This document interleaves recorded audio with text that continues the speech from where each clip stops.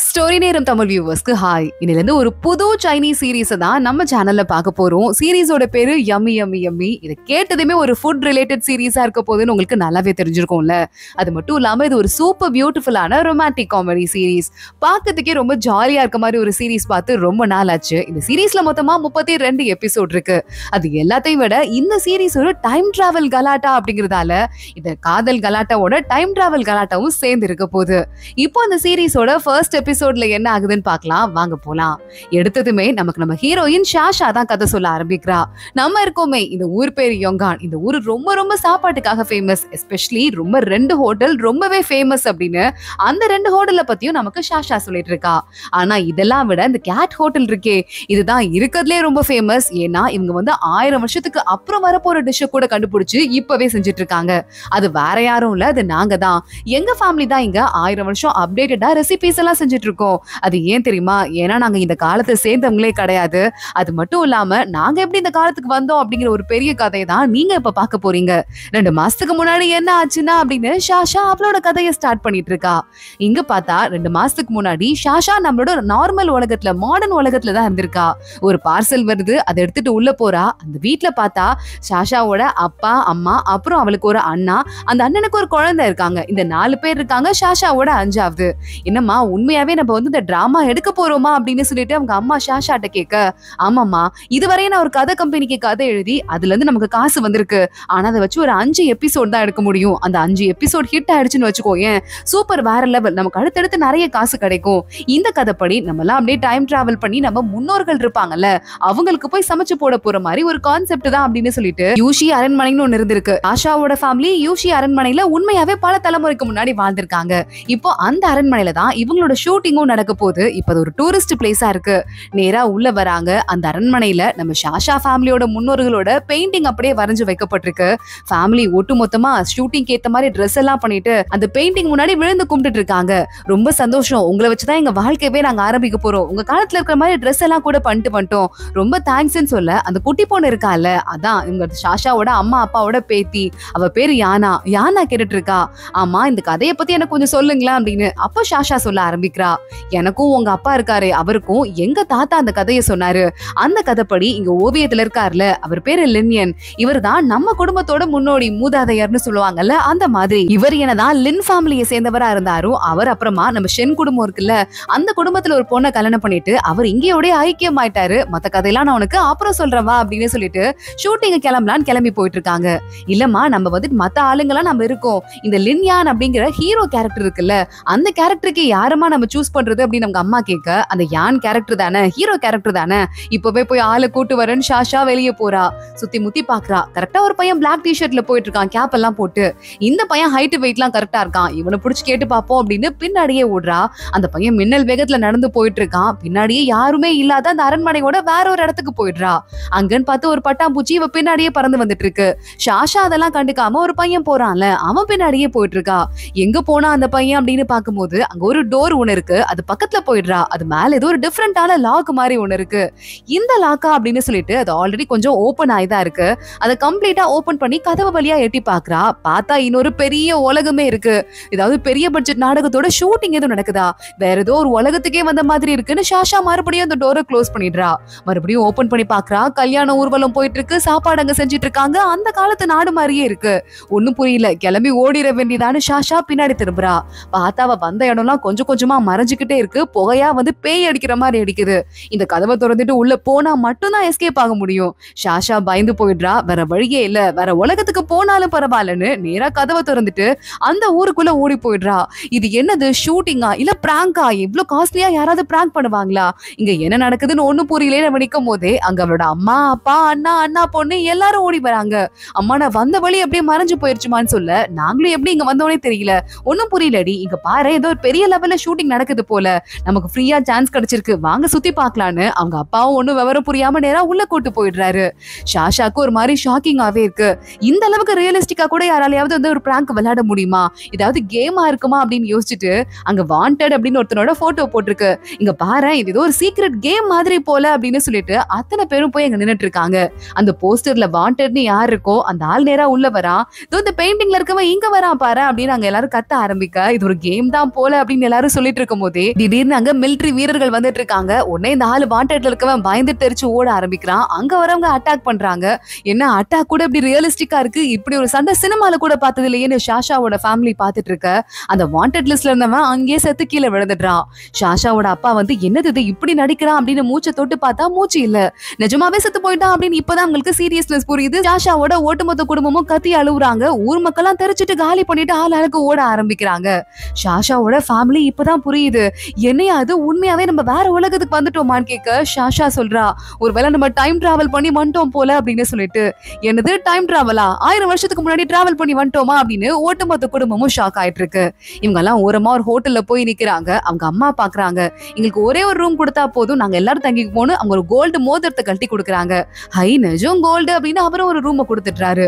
ஷாஷாவோட family உள்ள வந்து தங்குறாங்க. இப்ப அவங்க எல்லாருக்கிட்டயுமே வந்துட்டு மாத்துக்கு போடுறதுக்கு ட்ரெஸ் எல்லாம் இருக்கு. அந்த ட்ரெஸ் எல்லாம் வச்சு மாத்திட்டு நம்ம என்ன பண்ண போறோம்னு தெரியல, நம்ம கிட்ட வேற கோல்டு கொஞ்சம் தான் இருக்கு, சாப்பாடுக்கெல்லாம் நம்ம என்ன பண்றது அப்படின்னு சொல்லிட்டு அவங்க அம்மா ஒவ்வொருத்தங்களையா கூப்பிட, எப்படியாவது திரும்பி போகணும்னு அவங்க அப்பா சொல்றாரு.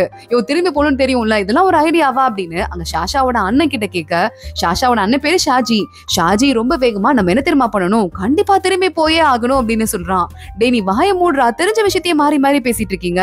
ஷாஷா உனக்கு ஏதாவது ஐடியா இருக்காடா அப்படின்னு அவங்க அம்மா கேட்க, ஷாஷா சொல்றா, நம்ம எங்க வந்தோம், நம்மளோட பழைய காலத்து அந்த வீட்டுக்கு வந்துட்டு அதுக்குள்ள போகும்போது தானே காணாம போயிட்டோம்.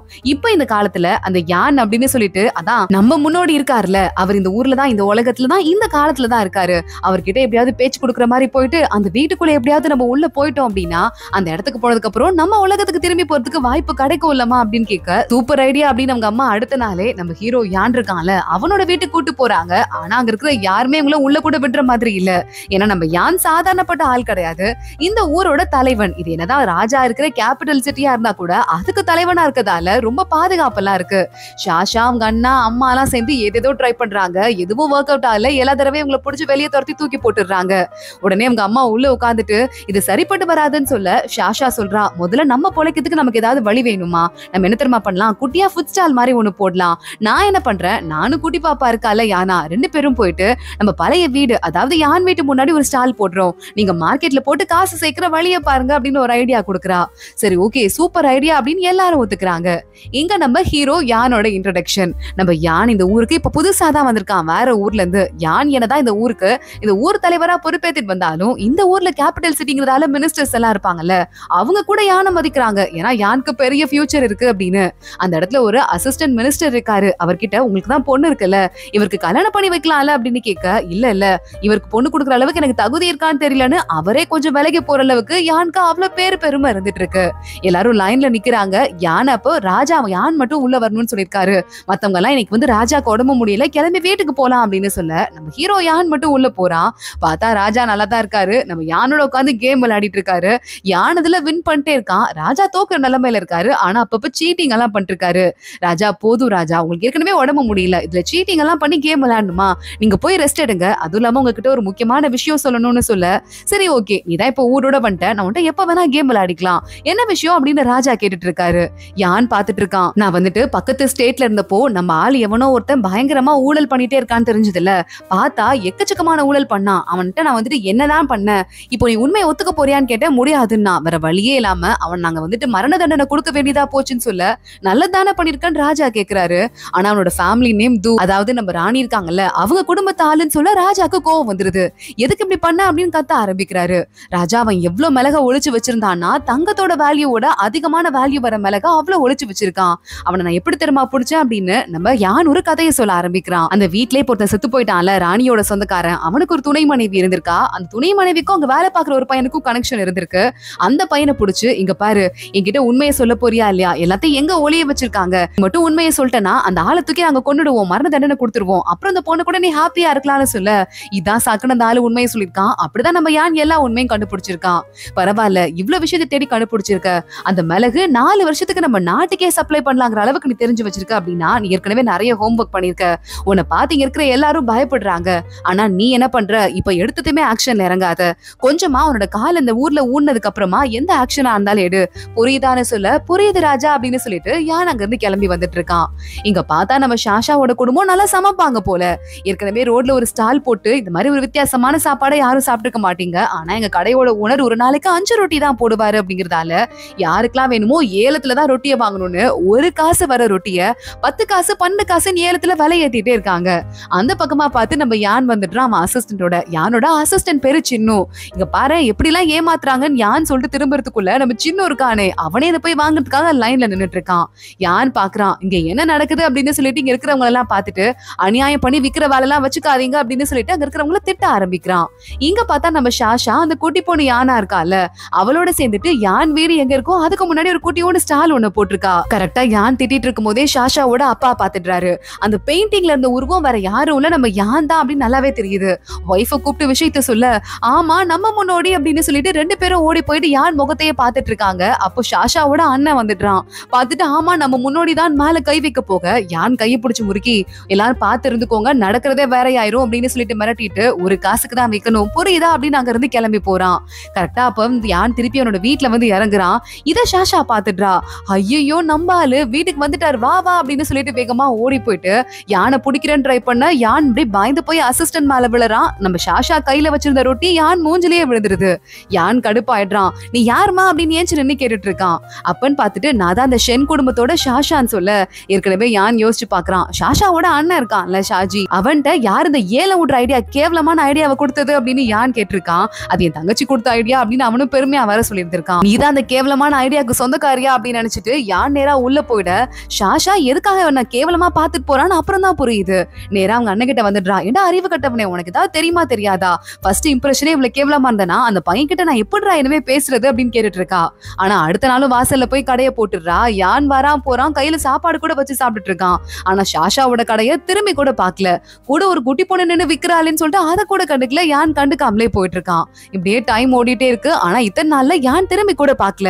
இங்க நேரா ஒருத்தர் நிலத்தெல்லாம் கரெக்டா வந்து மக்கள் யூஸ் பண்றாங்கன்னு பாக்கிறதுக்கு சென்சார் இருப்பாங்கல்ல இவங்க கொஞ்சம் கம்மி லெவல் அதிகாரி தான். ஆனா வந்துட்டு உண்மையாவே நிறைய வேலை எல்லாம் இருக்கும். அவர் அங்க ஒரு மினிஸ்டர் கிட்ட போயிட்டு நீங்க எனக்கு ஒரு டாக்குமெண்ட் கொடுக்கணும்னு கேட்க அதெல்லாம் முடியாதுன்னு அந்த ஆள் வண்டிக்குள்ள இருந்துட்டே சொல்லிட்டு இருக்கான். நம்ம யான் ஹெல்ப் பண்றதுக்காக போய் பேச ஆரம்பிக்க யானை பார்த்தது அந்த மினிஸ்டர் கீழே இறங்கி வந்து என்னாச்சு சார் அப்படின்னு சொல்லிட்டு கேட்க யான் உடனே அவர் என்ன டாக்குமெண்ட் கேட்கிறாரோ அதை உங்களால கொடுக்க முடியாட்டி நானாவது அசிஸ்டன்ட விட்டு எடுத்துக்கிறேன் அவருக்கு ஹெல்ப் பண்றதுக்கு ஆசைப்படுறேன்னு சொல்ல நீங்களே சொல்லிட்டீங்க நானே வந்து கொடுத்துட்டுறேன் சார் அப்படின்னு அந்த மினிஸ்டர் அங்க இருந்து கிளம்பி போறான். இந்த சென்சார் இருக்கார்ல இவர் பேரு ஃபெய்சார் பாத்துட்டாரு.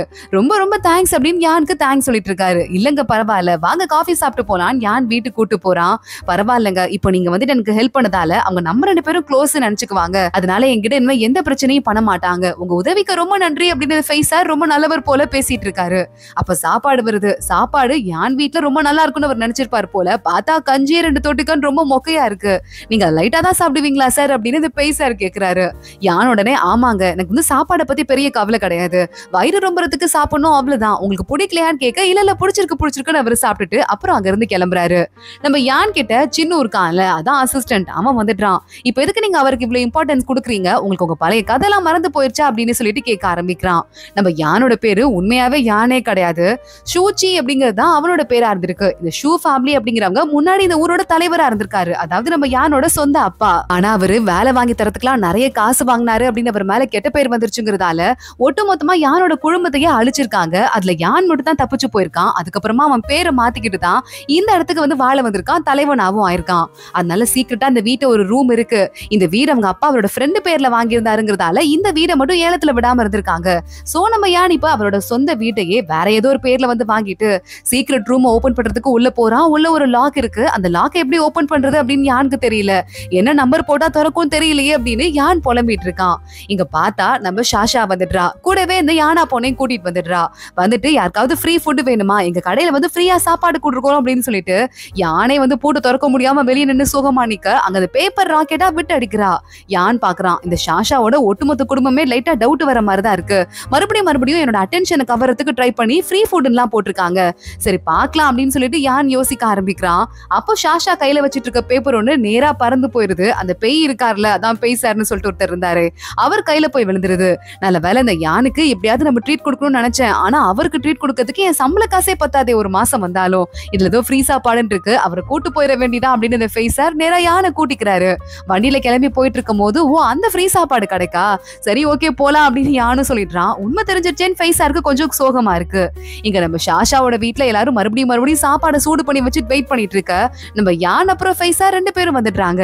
இவங்க 2 பேரையும் கூட்டு வச்சு ஒட்டுமொத்த குடும்பமே விருந்து விருந்துதான் அப்படின்னு சொல்லிட்டு சாப்பிட ஆரம்பிக்கிறாங்க.